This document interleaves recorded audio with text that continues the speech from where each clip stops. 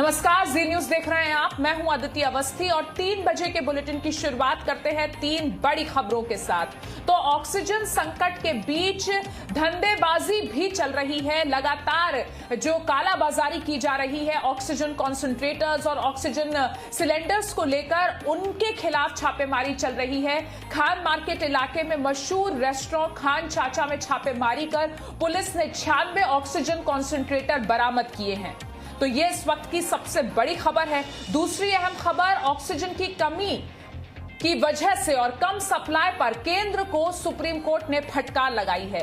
Supreme court का केंद्र सरकार को निर्देश है कि अब दिल्ली को 700 मीट्रिक टन ऑक्सीजन की सप्लाई करनी ही है और कहा है कि केंद्र का बर्ताव अगर सही नहीं रहा तो उससे सख्ती से निपटा जाएगा। तीसरी बड़ी खबर, दिल्ली के मुख्यमंत्री ने आज शाम 4:30 बजे एक हाई लेवल मीटिंग बुलाई है।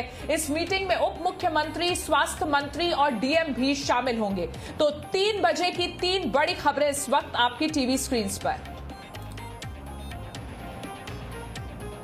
और लगातार कोरोना संक्रमण को लेकर जो जानकारी सामने आ रही है अलग अलग डॉक्टर्स के जरिए, वो भी बहुत महत्वपूर्ण हो जाती है। एम्स के पूर्व निदेशक डॉक्टर एमसी मिश्रा ने कहा है कि कोरोना के संक्रमण को लेकर स्टडी लगातार चल रही है और क्या अहम बातें डॉक्टर एमसी मिश्रा ने बताई हैं, आपको वो सुनाते हैं। तो ये तो अब पता लगेगा कि कितना सीवर के द्वारा संक्रमण फैलने का रिस्क है और कितनी आशंका है और कितना होता है, ये एनसीडीसी की रिपोर्ट में खुलासा होगा। लेकिन मैं ऐसा नहीं मानता कि बहुत ज्यादा संक्रमण सीवर के द्वारा फैलता है। अरे यार,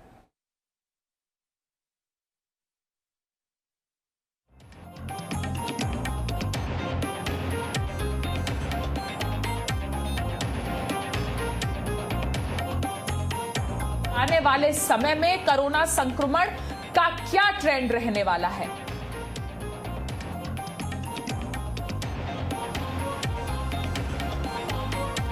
तो पिछले 24 घंटे के आंकड़े इस वक्त टीवी स्क्रीन पर हैं, आपको दिखा रहे हैं किस तरीके से संक्रमण की रफ्तार थमने का नाम नहीं ले रही है। जो मौत के आंकड़े हैं वो भी चिंताजनक हैं, लेकिन संक्रमण से ठीक होने वाले लोगों की संख्या भी लगातार बढ़ रही है। और आज जी न्यूज पर डॉक्टर एमसी मिश्रा हमारे साथ लाइव भी थे और उस वक्त उन्होंने ये जानकारी खुद दी थी कि संक्रमण से जिस तरीके से ठीक होने वालों का आंकड़ा भी लगातार बढ़ रहा है, वो एक पॉजिटिव ट्रेंड है और उसकी तरफ भी ध्यान देने की जरूरत है।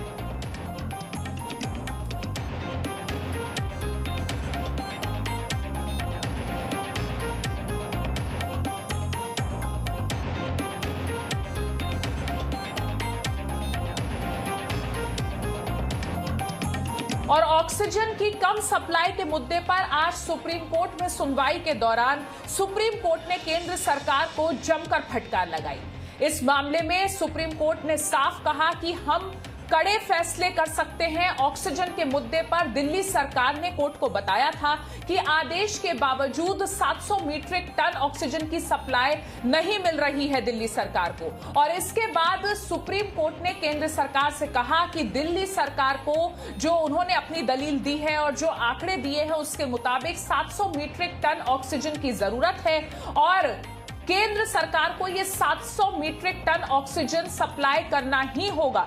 ये आदेश दिया गया है सुप्रीम कोर्ट द्वारा केंद्र सरकार को। कोर्ट ने यह भी कहा कि उसे ये तब तक देना होगा जब तक आदेश में कोई बदलाव नहीं होता है। तो केंद्र सरकार को सुप्रीम कोर्ट से निर्देश मिला है कि आपको दिल्ली को तब तक 700 मीट्रिक टन ऑक्सीजन देना होगा जब तक कि दूसरा आदेश सुप्रीम कोर्ट की तरफ से नहीं आता है। इस बीच दिल्ली के मुख्यमंत्री अरविंद केजरीवाल ने आज शाम 4:30 बजे एक हाई लेवल मीटिंग बुलाई है। कोरोना की स्थिति को लेकर केजरीवाल ने यह मीटिंग बुलाई है जिसमें उप मुख्यमंत्री और साथ ही डीएम भी शामिल होंगे। दिल्ली के सभी डीएम इसमें शामिल होने वाले हैं और क्या है कोरोना के हालात दिल्ली में इस वक्त, अस्पतालों की क्या स्थिति है, अस्पतालों में बेड्स की क्या स्थिति है, आईसीयू बेड्स की क्या स्थिति है, ऑक्सीजन की सप्लाई को लेकर अलग अलग अस्पतालों में इस वक्त क्या स्थिति है। जो केंद्र सरकार ने बताया है कि केंद्र सरकार अपनी तरफ से ऑक्सीजन सप्लाई कर रही है दिल्ली को, क्या वो अलग अलग अस्पतालों तक पहुंच रही है, इन तमाम मसलों पर एक हाई लेवल मीटिंग होगी आज शाम 4:30 बजे, जिसकी अध्यक्षता दिल्ली के मुख्यमंत्री अरविंद केजरीवाल करेंगे।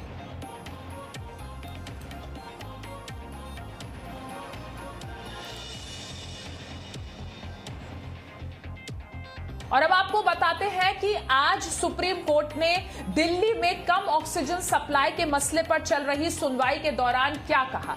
तो कोर्ट ने कहा कि हमने निर्देश दिया है केंद्र सरकार को कि केंद्र सरकार दिल्ली को 700 मीट्रिक टन ऑक्सीजन दे।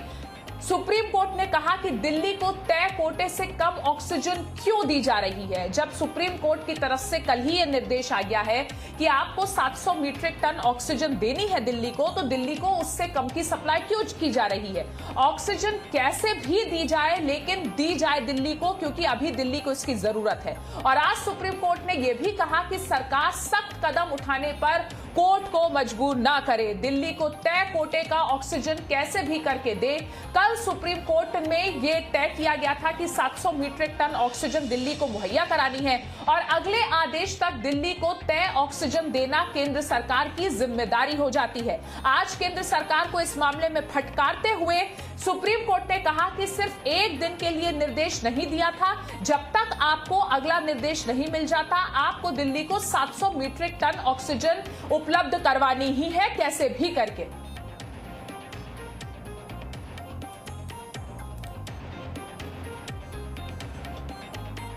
और दिल्ली में कई मौतें ऑक्सीजन की कमी की वजह से हो रही हैं। ऐसे में ऑक्सीजन की कमी को पूरा करने के लिए पीएम केयर फंड से देश के 500 जिलों में ऑक्सीजन प्लांट्स लगाने शुरू किए गए हैं।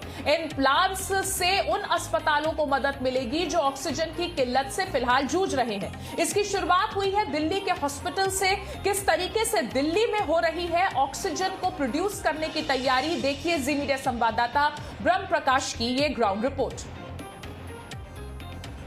एम्स और आरएमएल में जो ऑक्सीजन प्लांट लगाए गए थे वो तैयार हो गए हैं और उनसे ऑक्सीजन सप्लाई शुरू भी हो चुकी है। हम आपको तस्वीर दिखा रहे हैं राम मनोहर लोहिया अस्पताल में जो ऑक्सीजन प्लांट लगाया गया है। ये देखिए तस्वीरें, ये नया ऑक्सीजन प्लांट लगाया गया है और यहाँ से सारा काम हो चुका है और इससे ऑक्सीजन सप्लाई शुरू भी हो चुकी है। पीएम केयर फंड देखा जा सकता है तस्वीरों में जिस तरह से दिखाया गया है कि prime minister citizen assistant and relief in emergency situation fund, PM care fund से फंडिंग की गई थी इन दोनों प्लांट्स के लिए, जो एम्स में लगाया गया है उसके लिए भी और आरएमएल के लिए भी। इसकी कितनी क्या कैपेसिटी है, हमारे साथ संजीव जी हैं जो यहीं की देखभाल करते हैं। संजीव जी, कितनी इसकी कैपेसिटी है और क्या सप्लाई शुरू हो गई?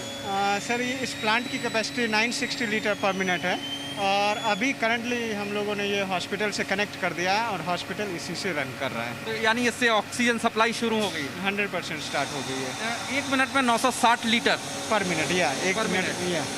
ये कितने, क्या हमें अंदाज़ा बता सकते हैं कि कितने मरीजों के लिए हो जाती है या किस तरह से? ये है कि sir totally dependent on consumption है। सपोज़ अगर आपका एक पेशेंट 10 लीटर ले रहा है तो 100 पेशेंट आराम से इस पे चलाए जा सकते हैं। 100 पेशेंट को 1 मिनट में, या मीन्स 100 पेशेंट्स को दिया जा सकता है 1 मिनट में। एक मिनट में, करेक्ट। तो ये कंटिन्यूसली सप्लाई देता रहता है, ऐसा नहीं है कि वो बना के छोड़ देगा। जिस तरह से आप कंजम्पशन करते रहेंगे ये सप्लाई देता रहेगा 24 घंटे। 24 घंटे, बिल्कुल। यानी जैसा संजीव बता रहे हैं कि 24 घंटे अब इससे सप्लाई होती रहेगी। 1 मिनट में 960 लीटर ऑक्सीजन जनरेट करता है, यानी तकरीबन 100 मरीजों को एक साथ 1 मिनट में सप्लाई की जा सकती है। इस तरह जो ये प्लांट इमरजेंसी में लगाया गया था, इसी तरह एम्स में लगाया गया था, क्योंकि दोनों ही अस्पतालों में बड़ी ज़रूरत थी। दिल्ली में जिस तरह से ऑक्सीजन की किल्लत थी, ऐसे में जो दोनों जगह पर प्लांट लगाए गए हैं इससे बड़ी राहत मिलेगी ऑक्सीजन किल्लत से दिल्ली वाले लोगों को, खासतौर से इन 2 अस्पतालों में। इसी तरह के प्लांट देश भर में और जगह भी लगाए जा रहे हैं जहां पर चिन्हित किया गया है। फिलहाल हम आपको तस्वीरें दिखा रहे हैं राम मनोहर लोहिया हॉस्पिटल की। ब्रह्म प्रकाश दुबे, जी मीडिया, दिल्ली। और दिल्ली के नारायणा ऑक्सीजन प्लांट के बाहर दिल्ली सरकार ने नोटिस लगा दिया है कि केवल अस्पतालों के लिए ही ऑक्सीजन सिलेंडर भरे जाएंगे। कई लोग ऑक्सीजन प्लांट से निराश होकर लौट रहे हैं। देखिए जी मीडिया संवाददाता हरीश झा की ये ग्राउंड रिपोर्ट। राजधानी दिल्ली में कोरोना को लेकर हालात बेहद चिंताजनक बने हुए हैं। ऑक्सीजन को लेकर तमाम सरकारें जो हैं, चाहे वो केंद्र सरकार हो या राज्य सरकार हो, दावे किए जाते हैं, लेकिन अभी भी जो ज़मीनी हकीकत है, लोग अपनों को बचाने के लिए अभी भी लाइनों में लगे हुए हैं ऑक्सीजन की। ये नारायणा का ऑक्सीजन प्लांट है और यहाँ पर बाहर एक नोटिस लगा दिया गया है कि यहाँ पर सिंगल ऑक्सीजन सिलेंडर जो है वो नहीं भरे जाएंगे, केवल अस्पताल के ऑक्सीजन सिलेंडर्स भरे जाएंगे। लेकिन हमें ये बात पता है कि दिल्ली में 50,000 से ज़्यादा लोग जो हैं होम आइसोलेशन में हैं। तो ऐसे में उन लोगों का क्या, जो घरों में हैं, जिनकी हालत ख़राब है, जिनको ऑक्सीजन की ज़रूरत लगातार पड़ रही है, लेकिन उनको प्लांट पे ये बता दिया जाता है कि केवल वहाँ पे सिर्फ अस्पतालों के लिए ही ऑक्सीजन दी जाएगी। तो बाकी लोग कहाँ जाएं? यहाँ पर देखिए पूरी लाइन लगी हुई है लोगों की, घंटों से लोग इंतजार कर रहे हैं अपनी बारी का। लोगों से बात करते हैं कि क्या हालत बनी हुई है यहाँ पर। सर कहाँ से आए हैं? सर मैं साउथ से आया हूँ। तो क्या हालत है अभी? आप क्या, मेरा पेशेंट जो है उसकी 45 अपनी ऑक्सीजन लेवल हुआ पड़ा है और समझ लो कि ज़िंदगी और मौत में बस थोड़ा सा समय है, बस मामला ख़राब हुआ पड़ा है। तो क्या बताया जा रहा है आपको? यहाँ पर सिलेंडर के रिफिल करवाने आए थे, सुबह 8 बजे के आए हुए हैं। यहाँ पर सिर्फ 10 सिलेंडर पड़े हैं। मैंने कहा भरवा दो, सिलेंडर करवा दो। ये कहता है मायापुरी जाओ, वो नगरी जाओ या वहाँ जाओ।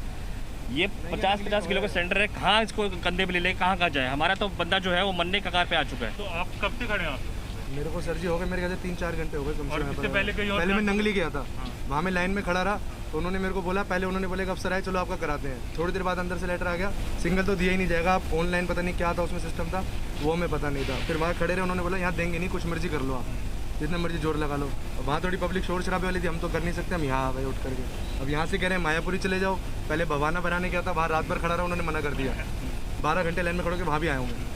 सुबह से खड़े, अभी तक नंबर नहीं आया आपका। बता क्या बोल रहे हैं आप? यही बोल रहे हैं, पहले तो बोल रहे थे कि शायद जाने देंगे, अब बोल रहे नहीं जाने देंगे। नहीं जाने देंगे? तो फिर ऐसे में आप कहाँ जाने को आपको बोला जा रहा है? तो ऐसा मायापुरी बोल रहे हैं, मायापुरी में भी जाके मिल रही है। मुंडका भी 24 घंटे खड़ा होकर आया हूँ, वहाँ भी नहीं मिली मेरे को। यहाँ पर लोग जो अपने परिजनों को बचाने के लिए लगातार संघर्ष कर रहे हैं, घंटों लाइनों में लगे रहते हैं, उनको यहाँ पर प्लांट के बाहर आके बता दिया जाता है कि यहाँ पर सिर्फ अस्पतालों के लिए ऑक्सीजन उपलब्ध है, बाकियों के लिए ऑक्सीजन कोई उपलब्ध नहीं है। तो ऐसे में इंतजाम क्या है, जब संघर्ष यहाँ पे सांसों की चल रही है और ऐसे समय में जब एक मिनट जो है वो बहुत कीमती है और यहाँ पे घंटों लोगों को लाइन में लग रहा है, तो सरकार की जवाबदेही तय होती है, दिल्ली सरकार की जवाबदेही तय होती है। लेकिन घंटों जो लोग इंतजार कर रहे हैं, उनके पेशेंट्स का क्या वो लोग उनकी जान की जो जोखिम में जो डाला जा रहा है उनके जान को, उसकी जिम्मेदारी कौन लेगा?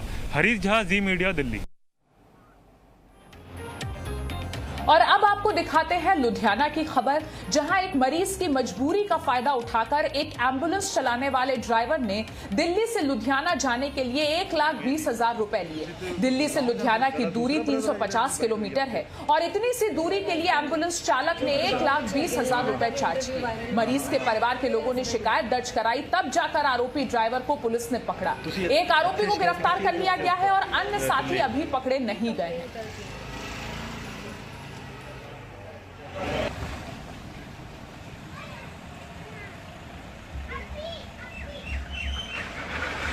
मेरे पास एक फॉरवर्डेड मैसेज था जिसमें मैंने बहुत सारे एम्बुलेंसेस को ट्राई किया। वन ऑफ दैट पर्सन ये वाले थे, कार्डिया केयर जो एम्बुलेंस है।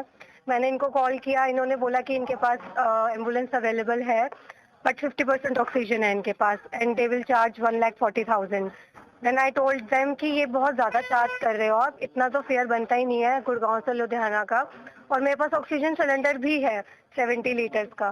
देन दे एग्रीड कि अच्छा ठीक है, आपके पास सिलेंडर है तो आप 20,000 कम दे देना, but still you have to pay like 1,20,000, इससे ज़्यादा हम कम नहीं कर सकते। और देश में कोरोना संक्रमण के मामले लगातार बढ़ते जा रहे हैं। कोरोना से मौत की रफ्तार भी कम नहीं हो रही है, लेकिन इस बीच देश के अलग अलग हिस्सों से पाबंदियों का पालन नहीं करने की तस्वीरें जरूर सामने आ रही हैं, जिससे संक्रमण के बढ़ने का खतरा भी बढ़ रहा है। तो महाराष्ट्र के अमरावती के बाजारों में नियमों का उल्लंघन करते हुए लोगों की भीड़ उमड़ी। वहां की तस्वीरें आपको दिखा रहे हैं। हरियाणा के सिरसा में भी लोग कोरोना वायरस से बेपरवाह नजर आए, कम से कम तस्वीरें तो यही बयां करती हैं। राजस्थान के श्री गंगानगर में सामाजिक दूरी का पालन नहीं करने पर सख्ती की गई। लोगों को कहा गया कि आप इस तरीके से सामाजिक दूरी का पालन नहीं भूल सकते, आपको सामाजिक दूरी करनी ही पड़ेगी। वहीं बिहार के वैशाली में भी लोग लॉकडाउन का मजाक उड़ाते हुए नजर आए। ये तस्वीरें बहुत निराश करती हैं, क्योंकि इस तरीके से अगर कोविड प्रोटोकॉल का उल्लंघन होगा तो परेशानी आपके और हमारे लिए ही बढ़ेगी।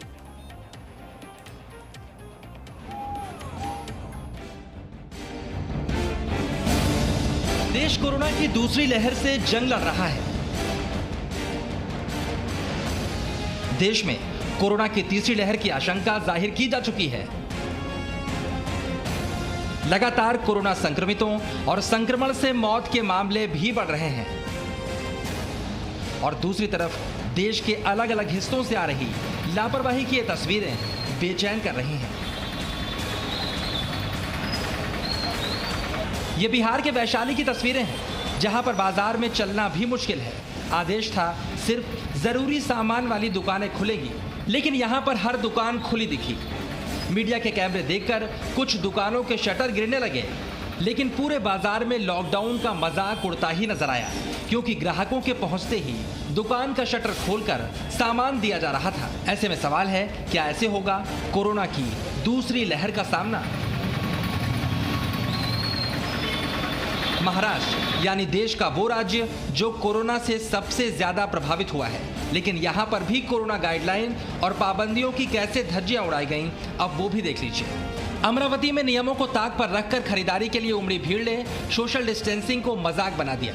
अमरावती में सुबह 7 से सुबह 11 बजे के बाद सभी दुकानों को बंद रखने के आदेश हैं, लेकिन इसके बावजूद नियमों की धज्जियां उड़ाते हुए इतवारा बाजार के पठान चौक पर खरीदारों की भारी भीड़ जमा हो गई। हरियाणा में भी कोरोना संक्रमण के मामले बढ़ रहे हैं, लेकिन यहाँ पर भी लोगों की लापरवाही कम नहीं हो रही। हरियाणा के सिरसा में नियमों का पालन नहीं किया जा रहा। इस सब्जी मंडी में अनियंत्रित भीड़ संक्रमण के फैलाव को न्योता दे रही है।